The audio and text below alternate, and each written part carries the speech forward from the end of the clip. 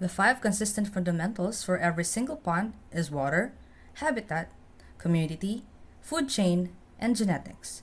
Hence, this final topic for this report tackles how changes in the macro and microenvironment of the pond interchangeably affect the 5 important components of this body of water. Although tides are less noticeable in ponds, it still affects the plants and animals to thrive within its respective zones. During tides, the area is alternatively covered and uncovered by the water throughout the day. Plants and animals must be able to survive both underwater and out in the water and sunlight. Thus, it is necessary to regularly change at least 25 to 30% of water during spring tides to number 1, increase dissolved oxygen levels in preparation for a warmer weather, and number 2, reduce any algae particles that may be lingering in the pond ready to bloom for summer sunlight.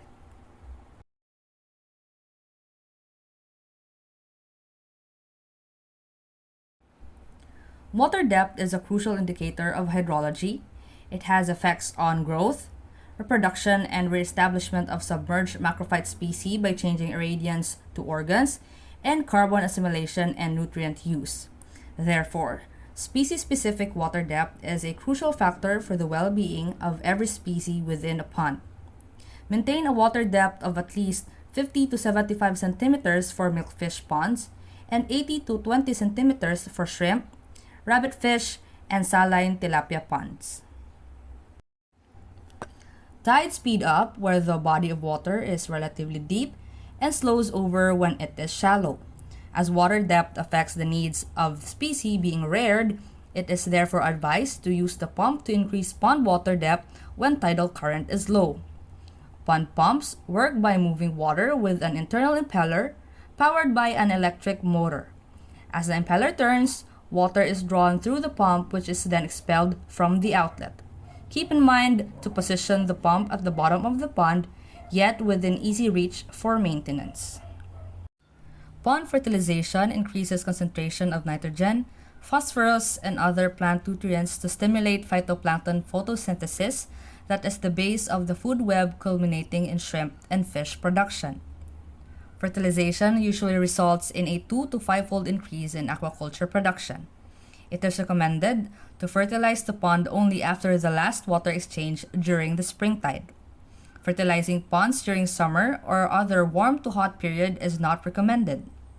The combination of abundant nutrients and higher water temperature more often results in problems associated with excessive phytoplankton bloom, leading to nutrient competition, negative oxygen concentration, and bloom overpopulation, leading to bloom self-destruction.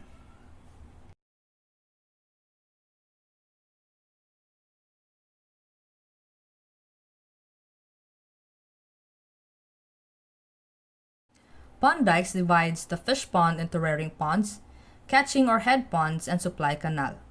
The function of perimeter dikes is to retain water for use in the fish farming operation, as well to protect the farm ponds, fish crops, and other farm facilities from destruction by floods and tidal inundation. Dirty ponds contributes to the retainment of dirty water unsuitable for the health of the species being grown within the zone. Therefore, one should maintain cleanliness of dike sidings.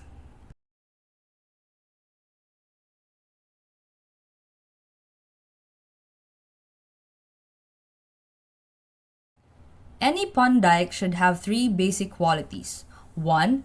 It should be able to resist the water pressure resulting from the pond water depth. 2. It should be impervious, the water seeping through the dike being kept to a minimum. And 3. It should be high enough to keep the pond water from ever running over its top, which would rapidly destroy the dike. Seepage doesn't require any crack or passage in walls. It occurs when the wall or slab is porous and water appears on its surface by escaping through the wall or slab. Leakage, on the other hand, occurs when there is a crack or hole in the wall. A simple way to reduce water seepage is to break the soil structure of the pond bottom before filling the pond with water. This is a common practice in irrigated rice fields, and it is called podding. On the other hand, the best method For sealing a lake pond will depend mostly on the type of soil that exists on the pond bottom. Of greatest importance is the mixture of large and small particles within the soil. The affected area will need to be exposed and allowed to dry by draining the pond. While the pond is drained, all vegetation should be removed along the stumps and large rocks. Obvious voids should be filled with soil. The screens are used to prevent the exit of the cultured fish and shrimps and the entry of predators into the ponds. As the cultured organisms grow, the mesh size of the inside screen is changed periodically to a large size to facilitate water exchange and facilitate cleaning. On the other hand, slabs or flashboards are generally wooden planks, 2.5 to 5 cm thick and 30 cm wide, inserted into grooves or double clits. They are used to control the amount of water flowing through the gate. As mentioned, changes on these structures should be focused with respect to the needs of the cultured species.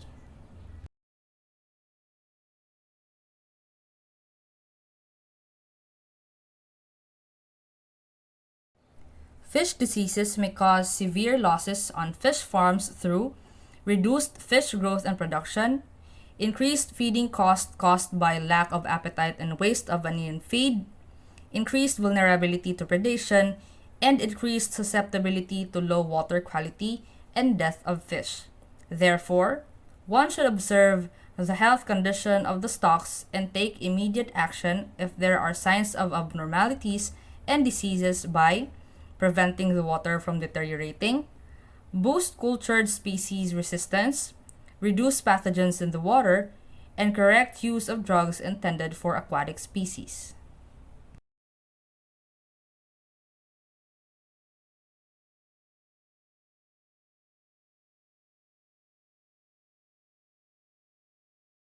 Cages and pens are enclosures used as a rearing facility for fishes. It has an enclosed bottom and sides. It can be made of wood, net screens, or wire mesh. Sizes can range from 1 to 1,000 square meters. Primary problems are specific to the type of cage or pen being used. For example, in freshwater cages and pens, excessive growth of algae on the nets may impair water circulation in the culture unit and can affect the health and growth of fish. On the other hand, fouling organisms are more common in sea cages, including barnacles, oysters, mussels, and algae. Although differences in problems are stated, management of these issues tends to stick to common monitoring of the water quality. Thus, monitoring of water quality is of great importance to those cage farms which are intensively managed and which have a high production with respect to the size and nature of the site. Factors to be monitored are as follows: dissolved oxygen, temperature, pH, ammonia, nitrite, and turbidity of water as measured by a set-sheet disc. Data on DO and temperature are the most valuable factors that should be collected. Time of monitoring or collection of data should be daily at times when they are likely to be highest and lowest. In the case of DO, temperature, and pH.